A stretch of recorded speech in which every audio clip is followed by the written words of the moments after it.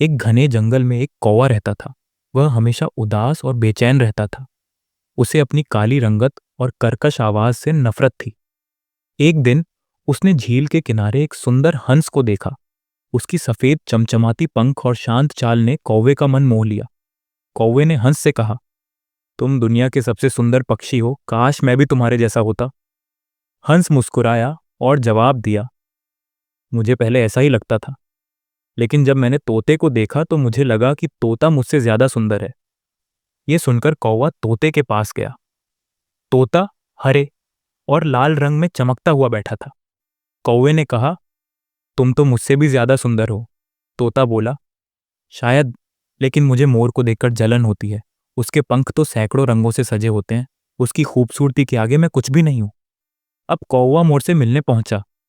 मोर को देखकर वह दंग रह गया। मोर के पंखों की खूबसूरती और उसकी चाल वाकई आकर्षक थी। कौवे ने मोर से कहा, तुम सबसे सुंदर पक्षी हो, काश मैं तुम्हारे जैसा होता। मोर ने धीरे से जवाब दिया, हाँ, मैं सुंदर हूं, लेकिन इसी सुंदरता के कारण मुझे पिंजरे में कैद कर लिया जाता है। लोग मेरी आज़ादी छीन लेते हैं। मुझे तुम्हारी तरह खुले आसमान में उड़ने की आज़ादी नहीं मिलती। यह सुनकर कौवे को अपनी गलती का एहसास हुआ। उसने सोचा, हर किसी के जीवन में अपनी खासियत और चुनौतियां होती हैं। अपनी तुलना दूसरों से करने की बजाय मुझे अपनी खूबियों पर गर्व करना चाहिए। उस दिन के बाद कौवा खुश रहने लगा और अपनी जिंदगी को पूरी तरह से जीने लगा।